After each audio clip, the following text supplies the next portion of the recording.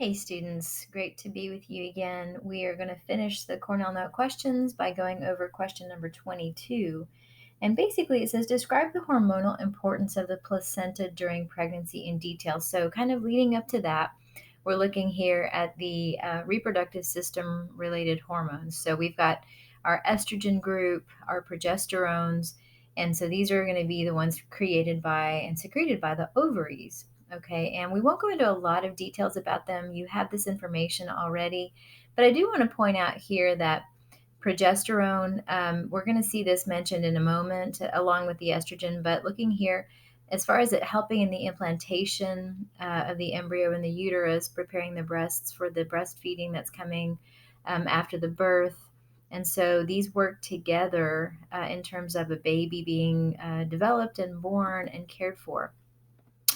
Just a brief mention of the male hormones as far as the androgens being a group and testosterone being a group of those. And so you have that information. You can always dig deeper on these kinds of things. So let's run into the placenta talk really quickly before we run out of time. So the placenta is this amazing temporary structure that forms within the uterus of a pregnant woman, and it is absolutely miraculous what it does and how it forms. So we kind of get that idea that mom is connected with baby, through this placenta, and she's delivering things to baby as far as respiratory type gases, nutrients, removing waste. But those aren't really the hormonal function of the placenta that question 22 is asking about, although those are amazing things that it does. So here, one of the hormones produced by the placenta itself is called human chorionic gonadotropin, HCG. And so we've got estrogen, progesterone, but this HCG is really cool because this is the very first signal to mom's body that she is pregnant. And it's coming from the placenta itself that this hormone is being produced. Baby, even as tiny as little baby is at the very beginning, it also is beginning to secrete these hormones that tell mom that she is pregnant.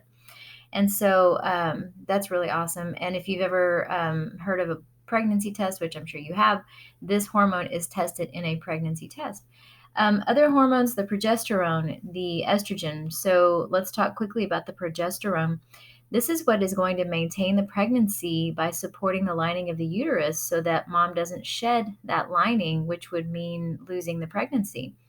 Progesterone also suppresses the ability of the uterine muscles to contract because we don't want to contract those yet and push baby out because baby is still developing. Later on in the pregnancy, estrogen levels will begin to rise, and that is what's going to stimulate the uterus to grow, to begin to stretch, and it's going to also affect the mammary glands to prepare them for breastfeeding. So these levels change throughout the pregnancy. Other hormones released, one is called relaxin.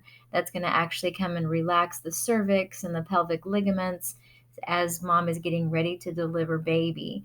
Another group of hormones, let's see. There's one called kisspeptin that they've just recently identified, human placental lactogen, placental growth hormone. So all of these cool hormones produced by the placenta have different roles in taking care of baby, developing baby, getting baby delivered, providing for the baby after delivery. So this placenta is absolutely amazing. So I hope you dig deeper on this. I've posted links to some articles that I'm going to share with you through this Cornell Notes document that I share.